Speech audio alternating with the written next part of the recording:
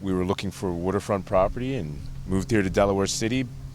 The only drawback that we had was the smells that you get in the air from the plant around here, and I have relatives that were actually bused here as children, and their main complaint was, ew, you're moving to Delaware City.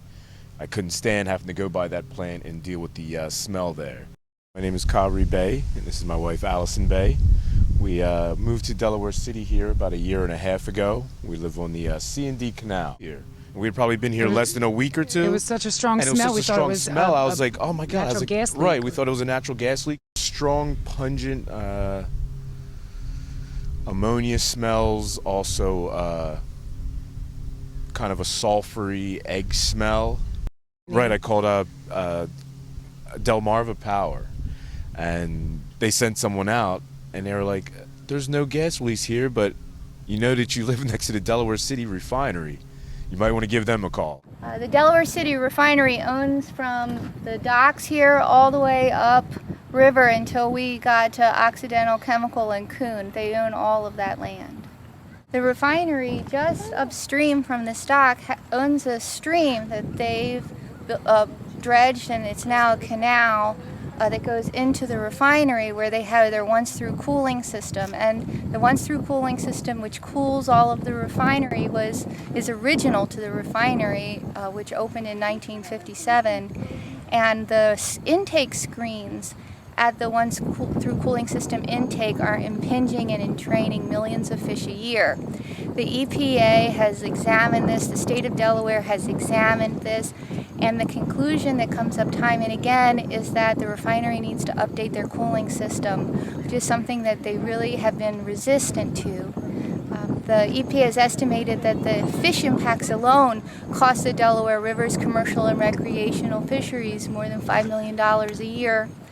And the Delaware City refinery is largely a large, unregulated fisher, whereas the commercial and recreational fisheries in the Delaware River and Bay are highly regulated with catch limits for most species, and there are endangered species in this water. These railroad tracks are now bringing in the tar sands.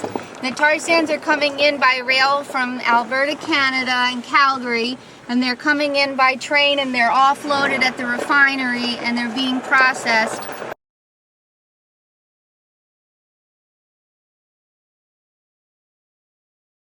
And the refinery is planning to expand the rail of tar sands to 100,000 barrels a day.